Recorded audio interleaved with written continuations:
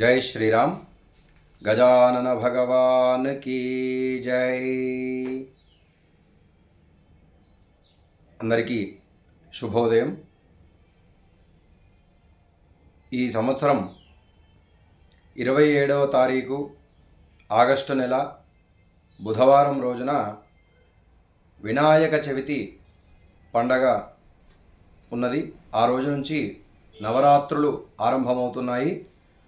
సహజంగా ఎక్కువ ప్రాంతాలలో నవరాత్రులు జరుపుకోవడం ఆనవాయితీగా వస్తుంది. అనగా 9 రాత్రులు స్వామివారిని ప్రతిష్ఠింపజేసి పూజాధికాలు పూర్తి చేసుకొని 10వ రోజు ఉదయాన ఉద్వాసన కార్యక్రమాలు చేసి స్వామివారిని నిమజ్జనం చేయడం మనకు సంప్రదాయంగా వస్తున్నటువంటిది.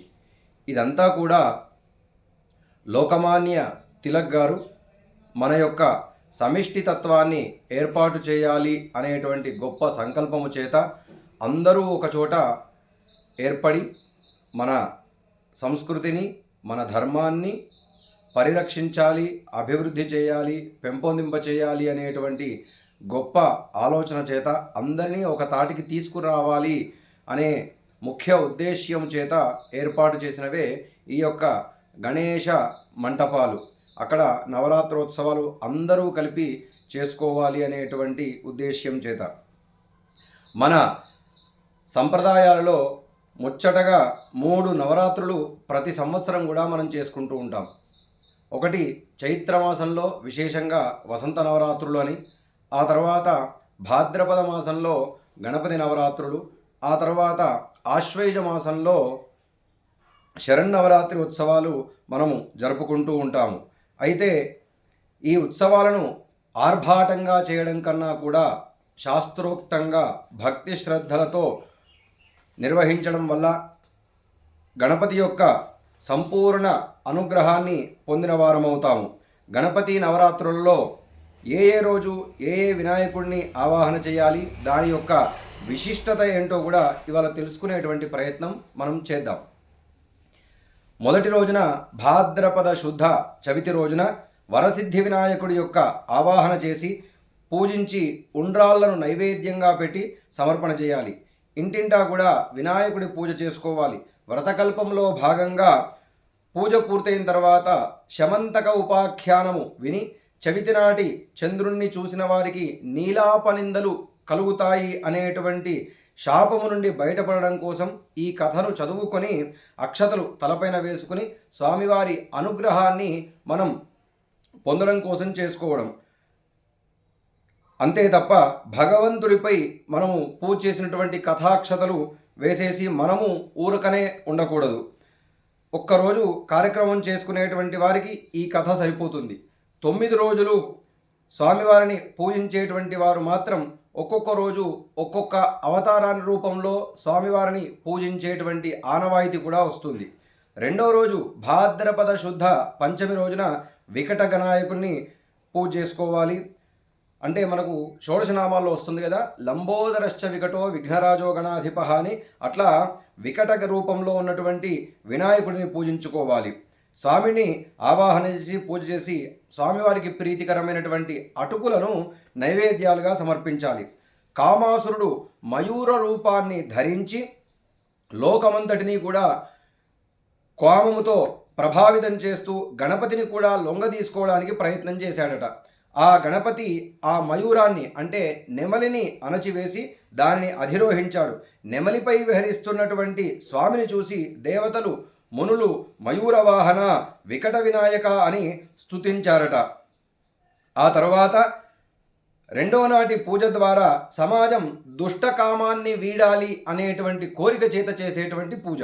మూడవ రోజున భాద్రపద శుద్ధ షష్ఠి రోజున లంబోదర వినాయకుడిని పూజించుకోవాలి. స్వామివారికి పేలాలను నైవేద్యంగా సమర్పించి క్రోధాసురుడిని వధించినటువంటి లంబోదరుణ్ణి మూడో నాడు షోడశోపచారాలతో పూజించి అష్టోత్తర శతనామావళితో కానీ సహస్రనామావళితో కానీ పూజించాలి. శుక్రాచార్యుని నుండి సూర్యమంత్రాన్ని పొంది ఘోరమైనటువంటి తపస్సు చేశాడు. 3 లోకాలను కూడా జయించేటువంటి శక్తిని, మృత్యురాహిత్యాన్ని, లోక ప్రసిద్ధిని వరాలుగా పొందాడు. ఆవేశపురిని రాజధానిగా చేసుకున్నాడు. అతని భార్య ప్రీతీదేవి.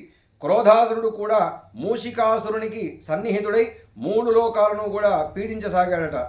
దాంతో దేవతలు, మునులు లంబోదరుణ్ణి ఆశ్రయించగా ఆయన క్రోధాసురుని పీచమరిచాడు. క్రోధాసురుడు లంబోదరుణ్ణి శరణు వేడాడు. ఆయన అనుగ్రహించాడు. దుష్ట శిక్షణాదులయందు తప్ప నీవు లోకములోకి రావద్దు అని ఆదేశించి క్రోధుణ్ణి తన నేత్రాలలో ఇమిడిపొమ్మన్నాడు. ఆ క్రోధుని కారణంగా ప్రజలు కార్యాకార్య విచక్షణ కోల్పోతున్నారు. కాబట్టి ఎవ్వరూ కూడా వారి యొక్క ప్రభావానికి లోను కావద్దని లంబోదర గణపతి మనుషులను హెచ్చరించాడట. 3వ రోజు ఈ పూజతో భక్తులు తమ క్రోధాన్ని విడిచిపెట్టడం కర్తవ్యంగా చేసుకొని స్వామివారికి నమస్కారం చేసుకోవాలి. ఆ తర్వాత 4వ రోజున అంటే భాద్రపద శుద్ధ సప్తమి రోజున నవరాత్రులలో 4వ రోజైనటువంటి గణపతిని గజానన గణపతిగా పూజించాలి. లోభాంతకుడైనటువంటి గజానుడికి చెరుకుగడ అత్యంత ప్రీతికరమైనది. ఆయనకి నివేదన చేయాలి. విశ్వబ్రహ్మ కుమారుడైనటువంటి కుబేరుడు తన మారు సోదరుడైనటువంటి రావణాసురుడి కారణంగా లంకకు దూరమవుతాడట. లోభాసురుడు శివుడి గురించి తీవ్రమైన తపస్సు చేసి అజేయమైనటువంటి వరాలన్నీ కూడా పొందాడు. లాలస అనేటువంటి కన్యను వివాహమాడతాడు. దుష్టబుద్ధితో మునిగణాన్ని పీడిస్తే వారు రైభ్యుడు అనేటువంటి మునిని కూడా ఆశ్రయిస్తారు. ఆయన గజానన వినాయకుడిని ప్రార్థించమన్నాడు. వారు అలా చేయగా గజాననుడు అనుగ్రహిస్తాడు. శివుడు శుక్రాచార్యుల చేత తనను గురించి ఆ రాక్షసుడికి చెప్పిస్తాడు. దాంతో లోభాసురుడు గజాననుడి యొక్క శరణు వేడతాడు. గజానన వినాయకుడు లోభుడిని పాతాళానికి పొమ్మని ఆదేశిస్తాడు. ధర్మ విరుద్ధం కానీ లోభం ప్రమాదకారి కాదని భక్తులకు వివరించాడు. 4వ రోజున గజానన వినాయకుడి పూజ పరిపూర్ణత ఏమిటి అంటే లోభాన్ని విడిచిపెట్టడమే. 5వ రోజున భాద్రపద శుద్ధ అష్టమి నాడు మహోదర వినాయకుడిని పూజించుకోవాలి. నవరాత్రులలో 5వ రోజున పూజించి నివేదన కొబ్బరి కురిడిని సమర్పణ చేయాలి. శుక్రాచార్యునికి మోహాసురుడు అనేటువంటి ప్రియ శిష్యుడు ఉండేటువంటి వాడట. గురువు అతనికి సూర్యోపాసన విధానము తెలిపి మహాశక్తిమంతుడిని చేశాడు. అతడు మందిర అనేటువంటి రాక్షస కన్యను పెళ్లాడతాడు. మూషికాసురుడు మోహాసురుణ్ణి గణపతితో యుద్ధం చేయడానికి ప్రేరేపిస్తాడట. ముందుగా తన చెర నుండి గంధర్వ వనిత చిత్రాంగిని విడిపించినందువల్ల ఆ గంధర్వలోకాన్ని మోహంలో ముంచివేయాల్సిందిగా చెబుతాడు మోహాసురుడు. అలాగే చేస్తాడు. ఇదంతా గమనించినటువంటి చిత్రాంగదుడు అనేటువంటి గంధర్వరాజు దీనంతటికీ కూడా మూల కారణం మూషికాసురుడే అని గ్రహించి సాటి గంధర్వులతో ప్రవాళ క్షేత్రానికి వెళ్ళి ప్రవాళ గణపతిని పూజిస్తాడు. గణపతి వారందరికీ కూడా ధైర్యాన్ని చెప్పి తన మాయాశక్తితో మోహాసురుడి ముందు నిలబడతాడు. భ్రాంతి తొలగినటువంటి మోహాసురుడు మహోదర గణపతి పాదాలపై పడతాడు. నన్ను నీలో కలుపుకోవాల్సింది అని వేడుకుంటాడు. అతని కోరికను మన్నించినటువంటి గణపతి మోహాసురునిపై దివ్యాస్త్ర ప్రయోగాన్ని చేయడంతో అతనిలో మోహమంతా కూడా అంతం అవుతుంది. ఆ రాక్షసుని దేహం నుంచి జ్యోతి వెలువడి మహోదర గణపతిలో చేరుతుంది. కాబట్టి 5వ నాటి పూజ పరమార్థం ఏంటి అంటే మనలో ఉండేటువంటి మోహాన్ని విడి సద్గతికి అర్హులం అవ్వాలి అని కోరుకోవడమే. ఆ తర్వాత 6వ రోజున భాద్రపద శుద్ధ నవమి రోజున ఏకదంత వినాయకుడిని 6వ రోజు పూజించి నువ్వులతో చేసినటువంటి పదార్థాలను నైవేద్యంగా సమర్పణ చేయాలి. దేవతలు ఋషులకు అభయమిచ్చి ఏకదంతుడు సింహవాహనాన్ని అధిరోహిస్తాడు. మదాసురునితో పోరుకు నిలిచాడు. సింహము ఆ అసురునిపై లంఘించి వాడి గొంతును నోట్లో పెట్టుకుంటుంది. ఏకదంతుడు తన పాదాన్ని అసురుడి గుండెపై మోపాడు. ఆ పాదస్పర్శతో మదాసురుడి యొక్క మదము అణిగి ఏకదంత గణపతిని శరణు వేడుతాడట. గణపతి వాడికి అభయమిచ్చి ధర్మ విరుద్ధంగా ప్రవర్తించవద్దని బుద్ధి చెప్పి పాతాళానికి పంపించేస్తాడు. ఆ 6వ రోజు పూజకు పరిపూర్ణత మనలోని మదాన్ని విడిచిపెట్టాలి అనేటువంటి కర్తవ్యము చేత చేసుకోవాలి. ఆ తరువాత 7వ రోజున భాద్రపద శుద్ధ దశమి వక్రతుండ వినాయకుడిని 7వ రోజు పూజించి అరటి పండ్లతో పాటుగా ఇతర రకాల పండ్లను నైవేద్యంగా జరిపించాలి. మూషికాసురుడు మత్సరాసురుడు అనే గణపతిపై పోరుకి ప్రోత్సహిస్తాడు.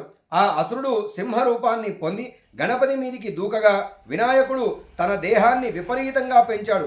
తన తొండముతో మత్సర సింహాన్ని చుట్టి ఎత్తి గిరగిరా గిరగిరా తిప్పి నేలకు కొట్టేంతలో ఆ అసురుడు గణపతిని శరణు పెడతాడు. వక్రతుండ గణపతి కనికరించి ఆ మత్సర సింహాన్ని నేలకు జార్చి దానిని వాహనంగా చేసుకున్నాడు. 7వ రోజు పూజకు పరిపూర్ణత మనలో ఉండేటువంటి మాత్సర్యాన్ని అణచివేయడమే. ఆ తర్వాత 8వ రోజున భాద్రపద శుద్ధ ఏకాదశి రోజు విఘ్నరాజ గణపతిని ఆరాధన చేసుకోవాలి. 8వ రోజు ఈ విఘ్నరాజ గణపతిని పూజించి సత్తుపిండిని నైవేద్యంగా సమర్పించాలి. విఘ్నరాజ గణపతిగా సాక్షాత్కరించినటువంటి వినాయకుడు తన వక్రతుండాన్ని బాగా పెంచి ముల్లోకాలలో వ్యాపించినటువంటి మమతాసురుడు ఆయన యొక్క విషవాయువులను పీల్చేశాడు. విఘ్నరాజ గణపతి ఉచ్ఛ్వాసల ప్రభావానికి మమతాసుర సర్పం కూడా తొండంలో చొరబడింది. దాన్ని తన నడుము చుట్టూ చుట్టి బంధించాడు. గణపతి గట్టిగా బిగించడంతో మమత సర్పపు పొలుసులు నుగ్గు కాగా కోరలు ఊడి పడి రక్తధారలు కారజొచ్చాయి. అసురుడు గణేశ శరణు, నీకు సోదరుడును, ప్రాణభిక్ష పెట్టు అంటూ ప్రాధేయపడడంతో గణపతి కరుణించాడు. మమతాసుర, నీవు నాకు వాహనమై నా పాదాల చెంత ఉంటావు అన్నాడు. పక్షపాత బుద్ధితో కూడినటువంటి మమకారం కూడా పాపకారణమే, పైగా ముక్తికి ప్రతిబంధకం అవుతుంది. అలాంటి మమతను వీడి ధర్మబద్ధంగా ఉండడమే 8వ రోజు చేయాల్సినటువంటి పూజలో అంతరార్థముగా ఉన్నది.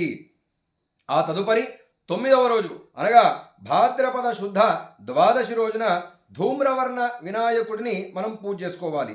ఈ 9వ రోజున ఆవాహన చేసి స్వామివారిని అర్చించి నేతితో చేయబడినటువంటి అప్పాలను నివేదనగా సమర్పణ చేయాలి. ధూమ్రవర్ణ గణేశుడు తన చేతిలోని పాశాన్ని అహంకారునిపై ప్రయోగిస్తాడు. దానితో ఆ రాక్షసుడి యొక్క శక్తి నశించి స్వామి శరణాగతుడయ్యాడు. గణేశుని అర్చించేటువంటి వారి జోలికి రాను అని చెప్పి ధూమ్రవర్ణ వినాయకుడిని ఆదేశముతో పాతాళ లోకానికి వెళ్ళిపోతాడు. ఈ 9వ నాటి పూజకు పరిపూర్ణత అహంకారాన్ని, మనలో ఉండేటువంటి కోపాన్ని కూడా విడిచిపెట్టడమే కర్తవ్యంగా చేసుకుని స్వామివారికి నమస్కారం చేసుకోవాలి.